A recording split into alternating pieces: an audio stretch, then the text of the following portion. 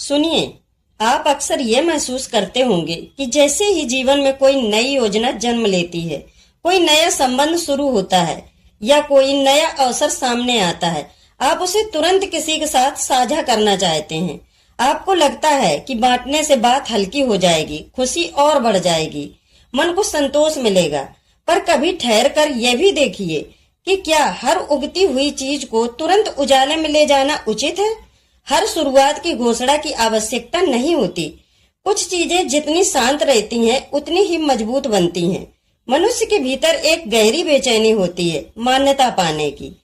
उसे लगता है कि जब तक कोई और उसकी बात को स्वीकार ना करे, उसकी खुशी अधूरी है। यही बेचैनी उसे जल्दबाज बना देती है।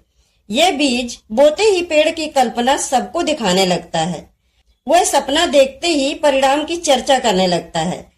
लेकिन जीवन की हर प्रक्रिया को समय चाहिए, धैर्य चाहिए, एकांत चाहिए। जो अंकुर अभी मिट्टी से बाहर भी नहीं आया, उसे बार बार खोद कर देखना उसे कमजोर कर देता है। आपने ध्यान दिया होगा कि जब आप किसी नई योजना के बारे में बार बार बोलते हैं, तो धीरे धीरे आपकी ऊर्जा घटने लगती है। जो उत्साह भीतर था वह शब्दों में बह जाता है। सामने वाला चाहे समर्थन दे या ना दे, उसकी प्रतिक्रिया आपके मन को प्रभावित करती है। यदि उसने शंका व्यक्त कर दी, तो आपके भीतर भी शंका जन्म ले लेती है। यदि उसने तुलना कर दी, तो आपके भीतर भी तुलना उठ खड़ी होती है। और जो काम सहजता से होना था, वह अब भारी हो जाता है। यह बात डरने की नहीं, समझने की है। हर व्यक्ति बुरा नहीं होता, पर हर व्यक्ति आपकी आंतरिक स्थिति को संभालने योग्य भी नहीं होता।